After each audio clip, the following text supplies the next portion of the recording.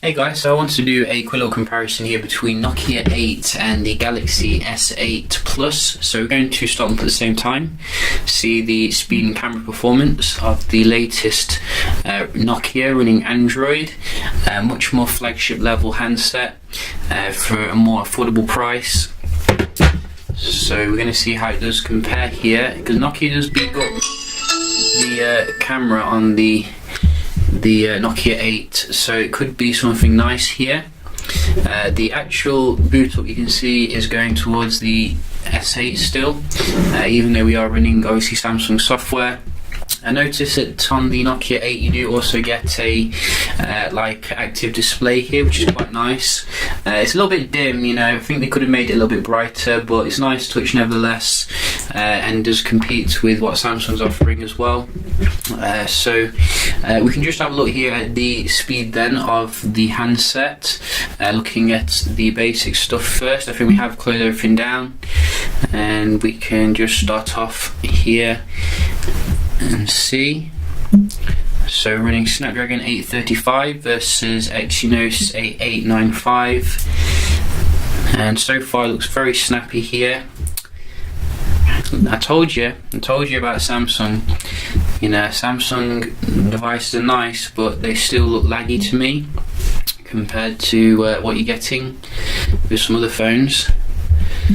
And let's try the camera. So you see that animation is completely not necessary on the Samsung, because nobody uses Bixby. So you can see, you know, the Nokia 8 is killing the S8 Plus here when it comes to the speed. Wow, I didn't even expect this. I was thinking it's going to be much closer here, but very nice performance on the Nokia. How does it compare in terms of the games? Just going to open up a few here. It's like the S8 Plus is like really slow compared to the Nokia. I mean, it's like it's running last gen processor. Oh, maybe this time it's woken up a little bit. This one looks like it was the S8 Plus there a bit more. Oh, again, you can see Nokia 8. I mean, Nokia 8 is taking no prisoners tonight. Look at that. That is fantastic performance. Hopefully the multitasking will be pretty good as well. Look at that, fantastic. Even better given the price of the handset. Just gonna quickly do a speed test here, so you can see the benchmark.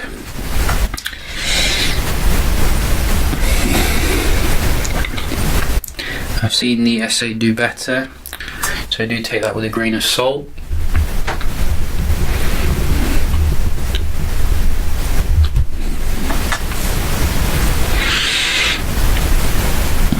Wow, Nokia 8 has been taking its Weetabix, that's for sure. I mean, it's making the S8 look like an amateur here. I'm truly shocked. That is pretty awesome performance on every count. What else can we test? We can have a look at the multitasking here. So 4 gigs of RAM here versus I think 4 gigs of RAM as well. Obviously the Note 8 does come with 6 gigs of RAM. But you can see here nice comparable stuff, nothing too different. Oh, so I've clicked twice there. I don't think there's much difference here in terms of your basic apps. I mean, you gotta give hats off to HMD or whoever they are for really, you know, making a stable software here, as you can see. Let's just get the games up again. So maybe a little bit more snappy here on the right to go back into the game, but they did keep it in memory, which is good. And again,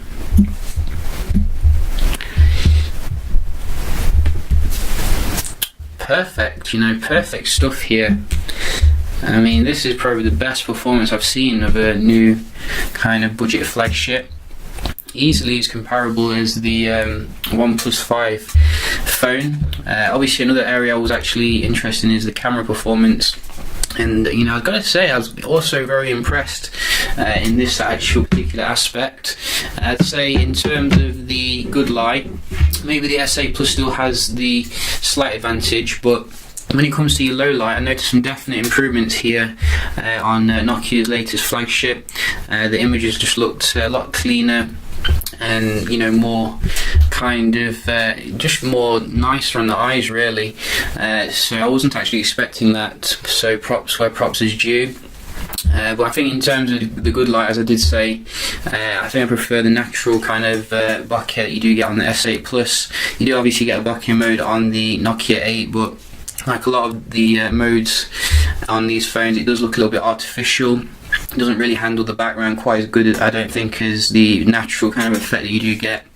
So very nice performance though overall. They both obviously support 4K video recording, which nowadays, you know, I don't really notice too much of a difference. They all seem to do it pretty well, you know, in terms of stabilization and in terms of the zoom.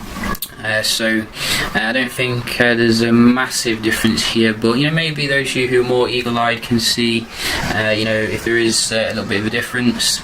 Either way, I think they both captured looks pretty well, and that's all I'm interested in. So you know, overall, I think HMD delivered a fantastic little phone here, which will probably go under the radar for most people, you know, who think that Nokia is kind of dead, but you know, definitely consider it, you know, especially as it's going to be getting your your Android Oreo update I've just read quite soon as well. Hopefully they'll be pushing that out and keeping the phone up to date. So yeah, just a good little comparison here between Nokia 8 and S8 Plus. If you've got any questions, let me know. And